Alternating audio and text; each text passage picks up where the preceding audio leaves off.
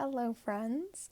Right now I'm editing the video that you're about to watch, and I wanted to come on here first to sort of say that the last few months of 2020 I knit a lot of things, and I wanted to put a podcast out there to sort of share what I'd done, keep track of it for myself, and to kind of commemorate that accomplishment.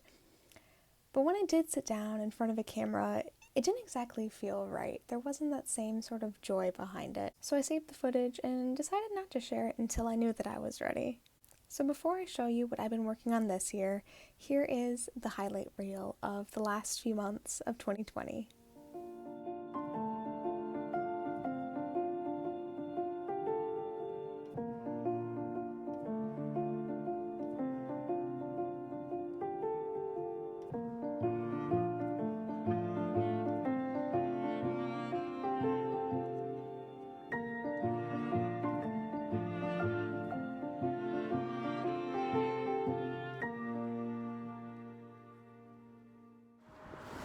I am just getting out of my afternoon lab. It was a really fun time. We talked about sensory processing, zones of regulation, all the things that I love about OT. So I'm just heading to my car right now to head back to my apartment to finish packing up my things because I am flying home for the weekend. I am really excited. I get to see our little dog that we are watching. And I haven't seen him or really anyone in my family since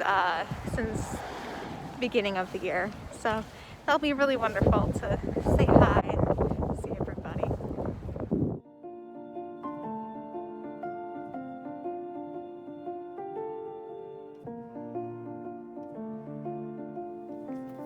There's my sweet boy. There he is.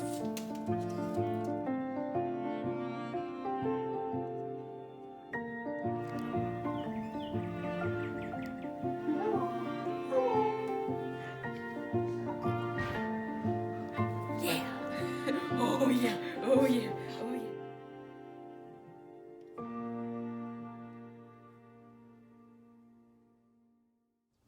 Today is April 12th, 2021, and I am here in my living room because my bedroom is in a state of spring cleaning right now. And so I felt that this, had some really good natural light and is a little better view than the one that you have gotten up there. Something that I've been doing this year to keep track of my knitting is keeping a knitting journal. This is where I write down the names of my projects, the yarn that I use, the patterns I use, what needles I use, not only just so I can remember the kind of things that I made throughout the year, but in case I want to do something again, I know what yarn or needles, what size, worked well together. And I also have a little section for notes so I can jot down things that, like little shortcuts that I found or different ways that I might have tweaked like the edge of something or other. Just so that, again, if I do another one or if I'm making a sock and I put the sock down and pick it up again, I know exactly what was going on so I can duplicate it to the best of my ability. So this is kind of what the inside looks like. I have some yarn taped over there. I really love those colors. And I will be pulling from this as I tell you all about what I've finished recently and what I'm working on right now. I don't have the first project that I made this year on hand because it was a gift for some family. I call it my Valentine's cardigan, and as you can see here, it is a baby cardigan made with Tender Touch yarn by Yarn Bee in rose and fleece. The pattern is my absolute favorite baby sweater pattern. It flies off the needles so smoothly, and I've made it so many times that I don't even have to look at the pattern anymore. I've just got it down like that. It's called the Newborn Vertebrae Sweater Pattern by Kelly Van Niekerk. It's a free pattern, and I highly recommend it for people who are just beginning to get into making sweaters and stuff, but still aren't quite ready for all the knitting gymnastics or knitting engineering that it takes to knit a full sweater, even a baby sweater. It is a top-down sweater. The only techniques that you really need to know for it are how to increase, how to save stitches off onto a spare needle or a spare piece of scrap yarn, and then how to pick those stitches back up. So it is very easy, very beginner-friendly or more intermediate-friendly. And as I said, it is my favorite. I recommend it to anyone who wants to get into making baby sweaters, who wants to get into making sweaters. 10 out of 10, check out the newborn vertebrae sweater if that's something that you're interested in.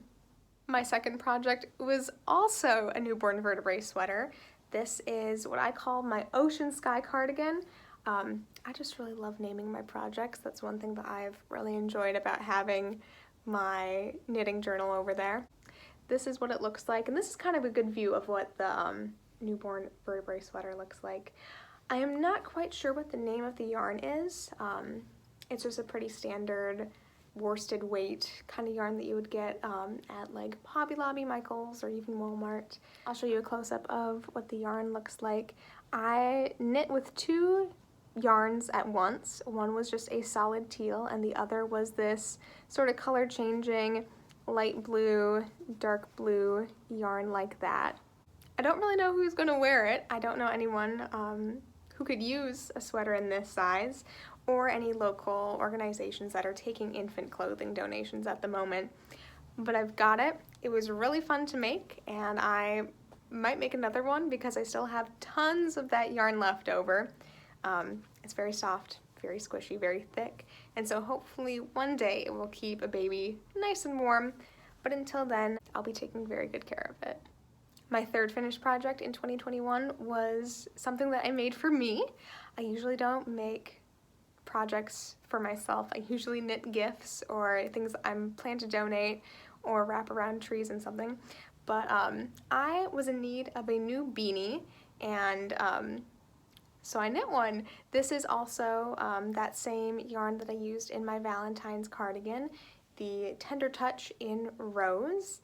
And I have so much of it because it was a gift from a beloved cousin of mine.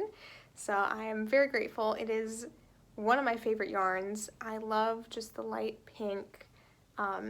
It's very soft. It is so squishy, and I love knitting with it so much that I'm probably going to stockpile a bunch and just make everything with it until I have an entire wardrobe of Tender Touch rose yarn garments. I really love it. They're so great. I didn't use a pattern for this. I just, made a standard rib stitch beanie and then bound off at the top using a rib stitch decrease. So it was kind of one of those MacGyver projects that you just kind of pull out of your back pocket. And I'm pretty sure that I wore this beanie for a solid week and didn't take it off because I love it so much. It's just the perfect size. I'm really glad that my needles, the first needles that I picked really, suited this yarn, and it just created the perfect gauge, the perfect stretchiness, which is another reason why I'm really glad that I'm keeping track of these things in my knitting journal, because I want to make a few more of these because I wear beanies all the time. I love them so much. And everyone asks if I knit them, but the ones that I have now were store-bought. So it would be nice not only to have something new, but to be able to say, oh yes, I did make that. So yeah, it is something that I love, and I'm so glad that I made it. And I'm really grateful to my cousin for gifting me this yarn because it was absolutely, absolutely perfect for this. And my last completed project of 2021 thus far is what I call my Leafy Brioche fingerless gloves. These are going to be a gift for a friend. I'm just unrolling it because it was kind of tucked inside of itself, but it looks a little something like this. I knit two of them because they're fingerless gloves. You gotta have a full set. And it is a brioche style fingerless glove with this sort of funky branching pattern at the top. The original pattern is not a pattern for fingerless gloves, but for a brioche cowl called the Screppa cowl by, I believe, JST Knitwear. It is a full cowl with this sort of branching pattern at the top, but I thought it would be really lovely as a pair of fingerless gloves, and especially as a gift. I wanted to be able to whip something up really quickly, but that would also look very nice, and so I just adjusted the pattern based on the gauge, so that instead of a wide cowl, it is a nice narrow pair of fingerless gloves, and I'll put them on for you. The yarn I chose was Huntington by Valley Yarn in the colors Arctic and North Sea. They are both sort of a teal green. One is a little lighter and icier than the other, and both are absolutely beautiful, and I love the combination of them together. And I think what's really fun about this, because it's brioche, I like to think of brioche as a sort of reversible kind of knit pattern, or stitch colorwork technique rather. So you can see it's intended to be with the lighter yarn as more of the contrast up front and center, but I like the flexibility of if you're feeling more subdued or like wearing a darker color rather than something very bright, you can just flip it inside out. I especially like that sort of element of choice in a gift item, mostly just because I on my own can't perfectly suit the style or mood or preferences of my friend, but they will be able to adjust the gift accordingly to their preference, and so it makes it a little more versatile, and I really like that. To my great surprise, I only have one work in progress right now. Usually I am a revolving door of projects. When it comes to knitting, I don't like staying in one place for too long, but at this present moment, I am only working on this striped scarf. You will recognize the yarn as the leftovers from my Leafy Brioche fingerless gloves. Mostly just because they brought me so much joy while I was knitting those gloves. It is such soft yarn, and I think the colors work absolutely beautifully together. They just really make me happy, and so I am knitting just very simple stockinette stripes, but with a twist. It's kind of diagonal. The technique that I'm using is one that I learned back in high school. It's very simple. On the right side of the project, you knit 2 stitches together at the beginning of the row, and then knit front and back to add back that stitch at the end of the row. So you're always knitting the same number of stitches on each row, but because of that sort of give and take, it creates this diagonal. And what's really neat is that when the scarf is all finished, you won't really be able to tell that the scarf itself is sort of more a parallelogram than a rectangle, but the stripes of the yarn is what's going to look diagonal, and so hopefully I'll be able to kind of nail that look. And I think that however it turns out, it'll be great because I love this yarn, and it's just, you know, a simple, quick, easy, fun little project that I'm working on right now. And that is all for today. I hope you have a lovely, lovely springtime wherever you're at, and that you take time to enjoy the beauty of the changing world out there. I'll see you next time.